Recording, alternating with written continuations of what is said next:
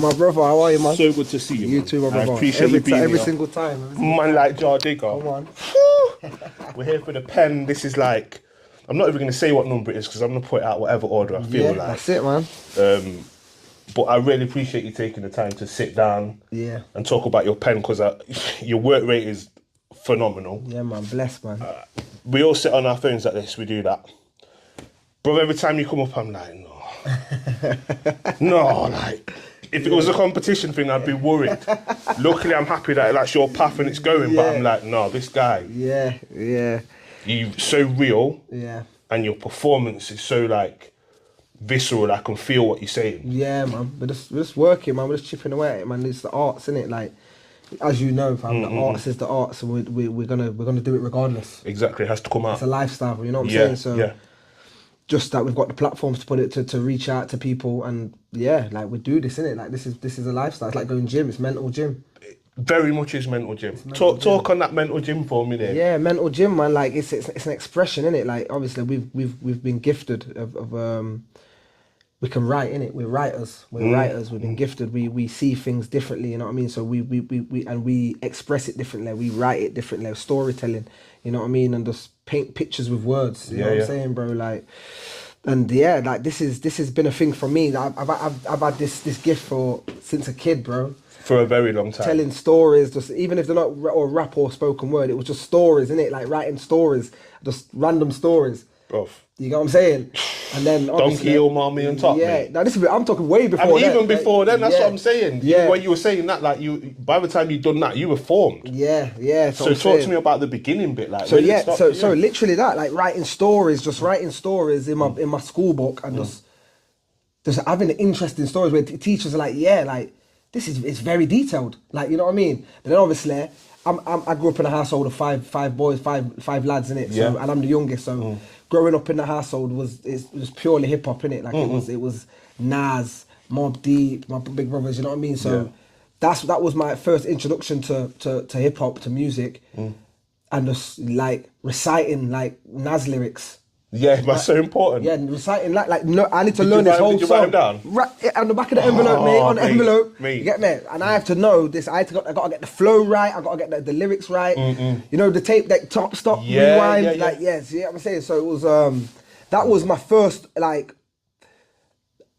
experience of like barring. Even though they weren't my bars, but it's delivering the bar. It's channeling through you. Yeah, channeling. Then obviously realizing that, you know what, I can actually recite this whole song and many songs that I put my mind to. So let me try and write my own bars and you get me. So yeah, we started writing my own bars. Obviously, very heavily influenced from the Americans because that's what I was listening to at the time. Did you have an American accent? Of course I did. Same. Because I was from Harlem, I was from 125th. I was from Queens. Yeah, I was from Queens. Basically, I was Nas and you were Mace. Yeah, no, I was Camera. You was Cam. Sorry, you were Cam. Yeah, there you go. But yeah, obviously it's the arts, isn't it? We're inspired by these goats, of these giants of hip hop. But then we as life goes on, we find ourselves in it. We find our true identity, and then we experience things as well. Growing up, especially in Nottingham St Anne's, we experience life as a young teen or whatever that may be, and then we've got things now to talk about. You know what I'm saying? So we start putting our own experiences into the art form, and that's how it went for me, man. Like obviously, I started doing grime with a close friend of mine. He was an MC first, in fact. That's how long ago. He was an MC called Blender. He was an MC, but it was a DJ. It was very musical. So he had like a little setup in his grandma's yard. Yeah, I know Blender, man. Decks. Yeah. You get me? So we used to go to his grandma's house and just vibes, innit? Like, and just wing it and just try a thing. But we formed a little collective, and then we just started doing like little under 18 raves. Doing like the pirate radio station, and just building a little buzz, building a little fan base where the local gal then would follow us around, and we'd go and show like boys club in Radford Chieftain. You get me? We'll go and, you know what I mean, just locally, and then we're now identified as MCs. You get me? So that's how it starts, man. What was the name of that? What was the name of the collective? It was called Genevieve. It was called Genevieve. Oh, see, Genevieve. I remember that name as well. That's Genevieve. mad. It was Genevieve. It was me, Blender, Smiler, Illmanor. Nico D. You know what I'm saying? So it was a few man that are still doing music now, but just not barring, innit? In a different way. In a different way, you get me? It's so funny, I grew up with Nico, like, so our dads went to school together. See it there? I've known him my whole life. Yeah, like, when we were 4, we were playing. Yeah, you get what I'm and this saying? is the beauty of this town. Yeah. Is all that how the connections work. It's This a is beautiful it. thing, man. But yeah, sorry, I You get me? interrupted Yeah, that. so yeah, like just doing sets and whatnot, and then obviously we was introduced to a guy called Big Trev, the infamous, the legendary Big Trev down at it wasn't even CRS then. It was Hunger Hill, Atma. No, I was after Acno. It was down here. It was, Yeah. but it weren't CRS. Yeah. CRS? Yeah, it was still CRS. Okay, cool. Yeah. imagine Or that. an Russell. earlier name, Russell. It was Russell, and yeah. then we was on the edge. Yeah. So I got introduced to Big Trev, Nick Stez, legendary Nick Stez, and then they kind of introduced me to studio recording. So it wasn't. Remember, I'm more like a sound man. More grime sets was going on, just spitting my bars, DJ wheel it up, and that's it. That was the art to that. But going into the recording studio was more detailed process. So it and I didn't know nothing about it, but I was so intrigued. You came to learn, man. Yeah, I came to learn. I was so intrigued of like, okay, so I go in there. I spit my first lyrics, I stop, and then he puts it into the computer, and then he plays with it, and then I go in again, and then I've got to do some stabs or some ad-lib. I didn't know nothing about it, and I was just so intrigued of like the process of like studio work. It's magic. I just fell in love with it, and then from then I've never left, bro. I've always been in the studio. You know what I mean? Writing. Then when you get amongst other writers that have been in the studio and got more experience, and you learn about like concepts, you learn about topics, you learn about 8 bars and 16 bars. You learn the science of the pen. You learn the science of the pen, bro. Like you know what I mean. Then we linked up with a MC called Wariko. Big LRG times. LRG times, yes, bro. Like, man. so that was me, Wariko, Blender, Kidder Beats, Euphorical Vandal, Two Tone. Yeah, Littles was on it a bit. Or did he work some with you? No, Littles was NG Cartel. That was it. My bad. That was kind of like NG Cartel and LRG was like. You get me? Yeah. So it was good sport, good sportsmanship.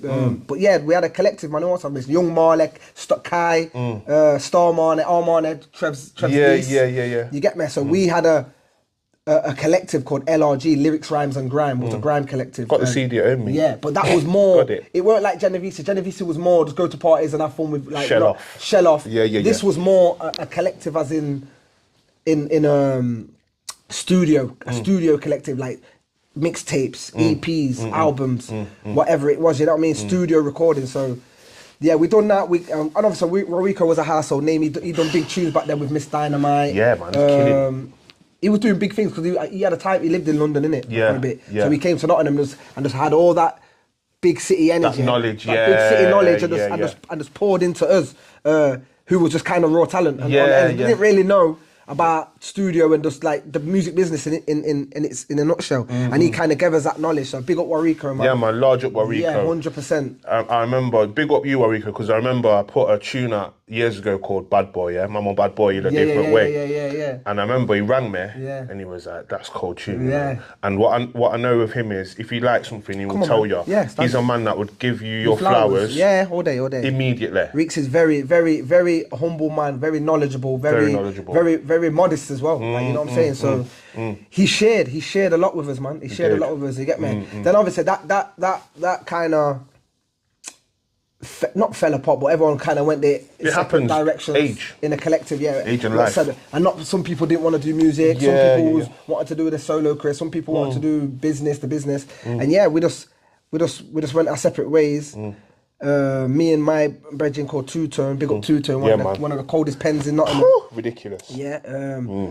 We kind of had like a duo. It weren't like an established duo, like we're friggin' Crept and Conan. Yeah, it was just we vibe together. We penned together very well, and the collaboration was so compatible. It just made sense for us to have a moment, have that time in it. So yeah, we just sharpened each other's pen, bro. We sharpened each other's pen, just wrote bars, put out mixtapes. He put out a mixtape, I put out mixtapes. We're doing joint mixtapes, and just you know what I mean. Just kept each other accountable for took the the philosophy from LRG, what Wariko gave us of writing. Yeah. Reeks used to have us in the yard, like writing, like rote art. It was work. Yeah. You get what I'm saying? Exactly the same as Trev. Yeah, you get me. So we took that kind of formula and carried it on and implemented it in what we was doing. So it was mixtapes, singles, radio station, our shows, and just doing it. You get me?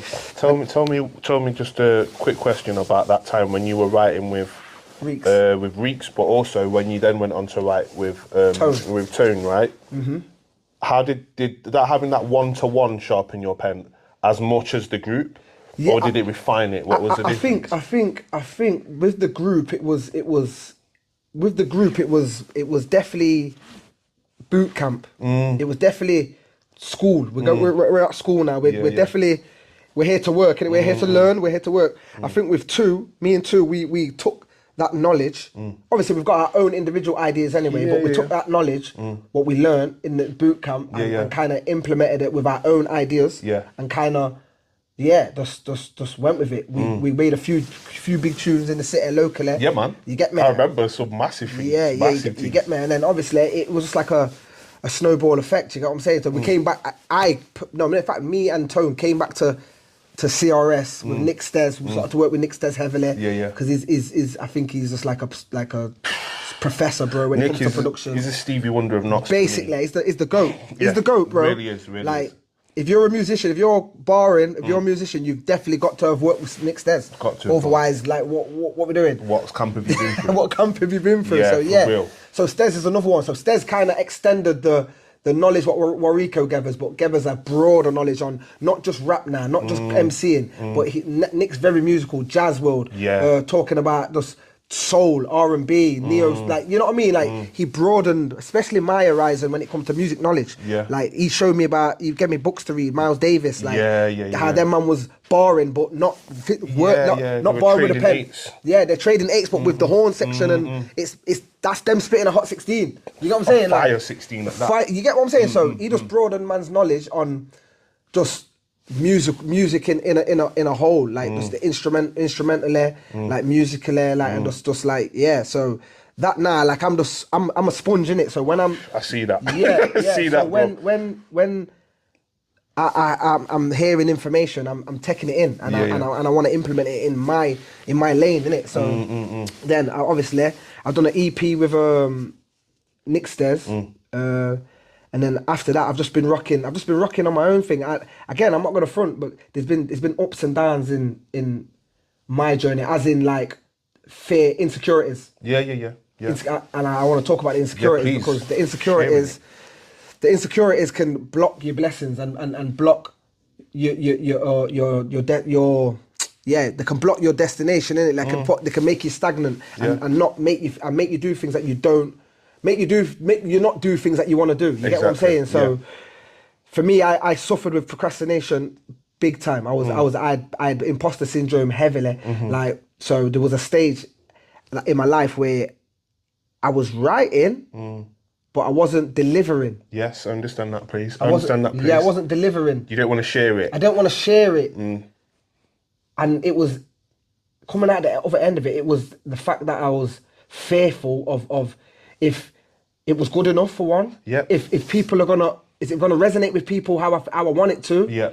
And just having self-doubt, and then all of them things I can never dictate. No. I can never answer that. I've got that because I don't know what people think. It's a really important thing here is what's in your control and what's outside of your control. Yeah. And the bit you control is me writing and putting something out. That's all you can do. That's it. That's a simple bit. That's it, yeah. After that, it goes where it goes. It's the world's. The world's, bro. It's a gift that we have, but it's also one that we must share. Like, we can't keep it to ourselves. Yeah, it's true. But it's true. I can fully resonate with that. Oh, I'm not sure if... Yeah. Like, I was obviously I started... if anybody that doesn't know, I'm in CRS, which is the hub. The hub. The Mecca. This is where I used to record as a from ages 16 to 20. Yeah, come on. Right. Early days. And I mean, to be in this building, it's the first time I've been in here since maybe 23 years. That's crazy. In this building. Like, my eldest is the age now that was when I started. Right, so it's mad. and you had to learn your way around it, and you had to figure it out. And this place here, we learnt so much. Yeah, definitely. Our pen grew so much. I was in a Definitely. group called Out the Ville. Come on, I started on legendary. hip hop. We're old school. Legendary. When I went and did grime stuff, I was like, oh, people are going to be like, yeah, he's doing grime, but like he's not really off grime kind of thing. And I was like, I'm not really off grime. And you're right. Oh, God, I can't do it. Yeah, we're making up excuses. Like, Making up bare excuses. Who makes like, the rules? No one makes the rules. It's music. Like, we make our own rules. I've obviously put a thing of, okay, you're from ends, yeah, and you're in ends and you're on stuff. That's the only way you can do that. So I put that barrier in my mind. No one's told me that. Yeah, we make up things up. I've just assumed it. Yeah, and that's what fear does, and that's what illusions do. Illusions, we make up stories and we overthink them and we romanticize them and we start believing that it's actually true Correct. before it's even happened. Exactly. So with the amount of times, Karizz, that I taught myself out of great opportunities. Yeah. Same, bro. Great opportunities. It was like it's to look back at it. It was a dark place, you know what I mean? But yeah, well, you had to go there. I had to go there to understand. You have to go into that dark pocket to come out into this light that you're in now. Because not even to fast forward or go over your thing. Where you are today is very much what you've earned and what you deserve, and it's your rightful place. Yeah. And I hope that you. I hope that you feel comfortable here because you belong here. Yeah, it's one of them. But again, this is for me. It's just the beginning. It sounds mad because I've just give you a whole backlog. Absolutely not. Absolutely doesn't sound mad at all, mate. This is actually just the beginning. You're just beginning. You're just getting started. Yeah, literally. So, and I say that because I had to. Something had to die for something for it to start to be birthed. And the old me of that dark place had to be put to bed. For me to even accept what is. You get what I'm saying? To accept what is and be able to have the confidence to stand in my own shoes and in your own greatness. I'm telling you, there was times, like there was times where I wouldn't go on stage on my own. I need Tone with me. Yeah. And there's many times where Tone's got the booking and say, yo, we're at this place, you know. Yeah. And I'm like, yeah, we're on it. But the day would come, I'll be like, yeah, Tone, I'm not even. I'll make an excuse. Of course. So I'm letting him down. Yeah. And I'm letting myself down. And then you feel bad about it. And you get what I'm saying? So it was a dark place, bro. So now it's just like, something clicked where I've got to stand in my truth, innit? I've got to stand in my truth. I've got to be unapologetically honest and be in my vulnerability, not giving a shit. People say Kanye's mad, but he's not mad. He's just being unapologetically, he's himself, mate. Correct. You get what I'm saying? Barrierless. Yeah, ODB, DMX, barrierless. The greats, these man are themselves. Like, no matter if it makes them look like a cunt, they don't care. Yeah. And when you get to that stage where of you don't care what people think, or you're just so comfortable in your skin, I think there's an energy that carries the art.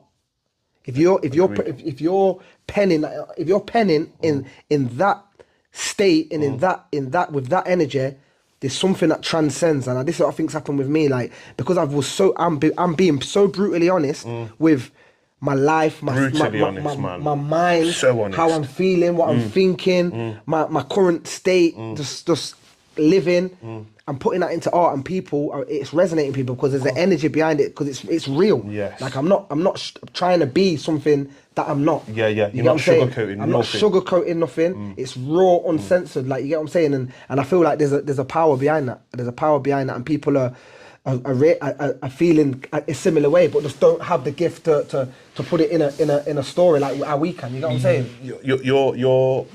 Your voice is the healing balm for many ears, bro. Like, when I hear how honest and raw you are, it tells me, it sends a communication and a signal to me. You can be raw and honest. Yeah. And it sends it to all them people that like it, and fire emojis all over the place. Yeah. It's not just a fire emoji, you know. It's like it's like this is shit. This is me. This is me. I resonate with you. And we're all one organism anyway. Yeah. So it's like we're all actually all one. So we're communicating to each other through the way that we can, innit? It's facts. And it's mad, you know, like you say that because I go back to the, because I'm reflecting now on the dark place, Like, dude, I can remember times where you was on the bill, and I used to look at you like with admiration. Honestly, bro, like honestly, I used to look at you with admiration, like because you were so confident on stage. You owned the stage. You spoke so clear. Your stance was so. That was. I used to look at charisma and be like, yeah, I need to get to that. That confidence. That surety. That secureness. Yeah. In just you're talking to the crowd. You're dictating what goes off. You're hosting, and then you'll go into a freestyle thing. You used to go on stage and freestyle better than man's whole set tunes and that. You know what I'm saying, like fam. So I was like, yo, Karizz is so fucking sick, bro. Like, just little things I used to be. I got inspiration from, like, just how confident you were and how sure you was of that stage was yours, and you gonna dictate this whole club, and they're gonna listen to you, and it's not you second guessing, like. I didn't get that one bit from you, like, oh, are they listening to me? Or can they hear me? Or no, you listen. This is me. I got the mic. Yeah. And you're gonna listen to what I'm saying. This is what it is. That's you know really. What I'm saying? So I took that from you. I kind of got that. I was inspired from that. Like, you know what? I'm up here for a reason. I got the mic, and I'm the one. They're listening to me. Yeah. They come to see you. Yeah, I'm not listening to you, like, or trying to listen to your thoughts. Yeah. You're listening to what I've got to say. So I got that from you, and I seen that, and I was like, yo, I need to implement that into my game. Well, all I can say about that is very inspirational to me, first of all, because of where you're going. I'm glad, unwittingly or not, that I could leave that impression on you. Yeah, that's it, man. That's it. I'm actually quite speechless, I'll be honest. No, that's it, man. But it's like the stage feels like home. Yeah. And no matter what was going on outside of that, when I step on stage, I'm like, yeah, man. It's comfort zone. It's house. It's lovely. It's home. I'm called Karizz for a reason. Yeah. I am very verbose. I can speak very clearly at any point. Yeah. And I know that's the gift I was given, so I feel comfortable also, to share Karizz, it. Also, it's shown when you're on stage. It shows that you're comfortable in your skin. You're not winging it. Do you get what I'm saying? You're not. Yeah. You might have been. I'm winging it. Yeah, you might have been. I'm winging it within the confines of what I know. You might have been winging it, but you didn't come across like you was winging it. No, you looked like you was meant to be there, and you knew exactly what you was talking about. You know what I'm saying? Like, because you've done the work off the stage. Yeah. I've done a lot of internal work, man. I'll talk to you bag of internal work, and that comes across. So that was the bit that I'm getting at. Like, you done the work in it, and you knew exactly what you were saying. It was very direct. You know what I mean? And I was like, yeah, I need some of that. I absorbed that, and you have it in abundance. And the thing is to remember is you already had it in you, otherwise you wouldn't resonate. It was already there. Yeah, facts. Sometimes you just need to see it to unlock it. Facts. It was already within you in abundance, because I remember you as a 13, 14-year-old, and you were confident as fuck, and I was not. I was still finding my feet, and I'm like 3-4 years older than you, right? Yeah, that's crazy. And you were very confident. So actually, even as a young kid, you don't realise your impact and your confidence in your youth had an impact on me also. Yeah, so it's crazy. You probably won't even remember it. I won't. And I'm glad you don't. The beauty of it is, I'm glad you don't, because the thing isn't the thing. Yeah. The thing is what energy gets passed. Yeah, that's it. Over the years, the energy is transferred. And boy, that's magical. Yeah. Absolutely magical. I'm not sure how long my battery's gonna last, right? So I've got 2 questions for you. Yeah. Let's go. The first one is, do you remember the first rap you ever wrote? My personal one? Yeah, your first ever one. Do you remember it? No. Oh, fucking hell. Blender probably remember it. Yeah? But I've wrote so many bars. You make so many bars, mate. I've wrote so many bars. I can't. And someone else asked me that. Someone asked me that, you know. Spray asked me that. Young Spray asked me that. Yeah. And he was disgusted that I didn't remember. Oh, man, look. He was disgusted. He doesn't know about your pen game. Yeah, he was disgusted. Like, how can you not know your first bar? Like, that you're a rapper. I'm saying it is. I need to. I'm gonna. You don't need to. There's no should. Yeah. There's no should. It's my favourite thing. You shouldn't. It is what it is. Because what you're doing for people today. I remember my last bar though. Tell me your last bar.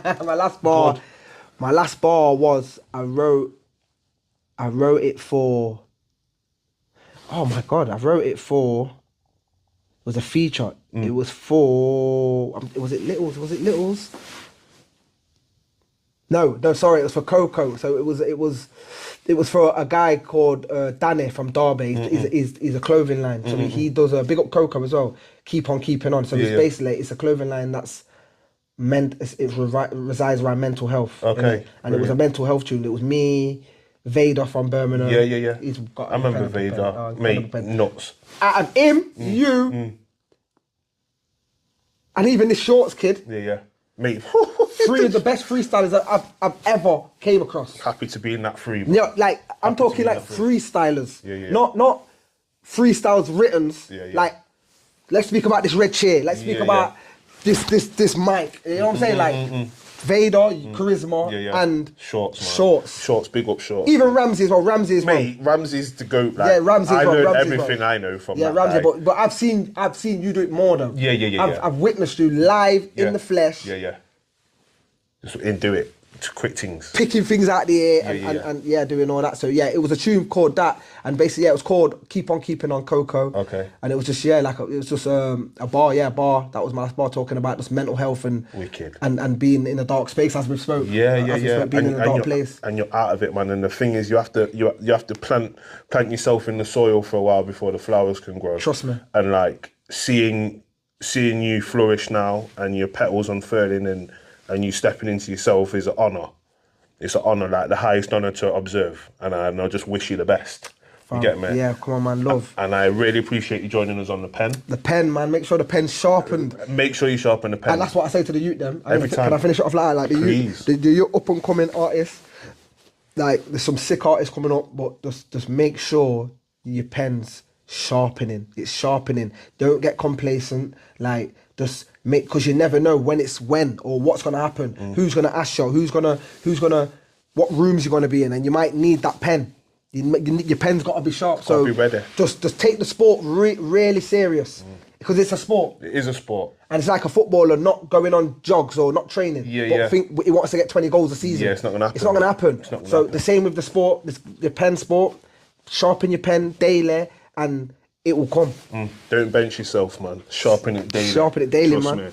Jah, thank you very much, man. I appreciate man. Every time, thank Chris, you for man. sharing. Every time. Yeah, man. This has been The Pen. I'll see you on the next episode. I hope you learned something today. If you feel like you need to be on The Pen, you need to come see me, you know where to hit me up. Peace, love and happiness. I'm Karizz. This has been The Pen. 1.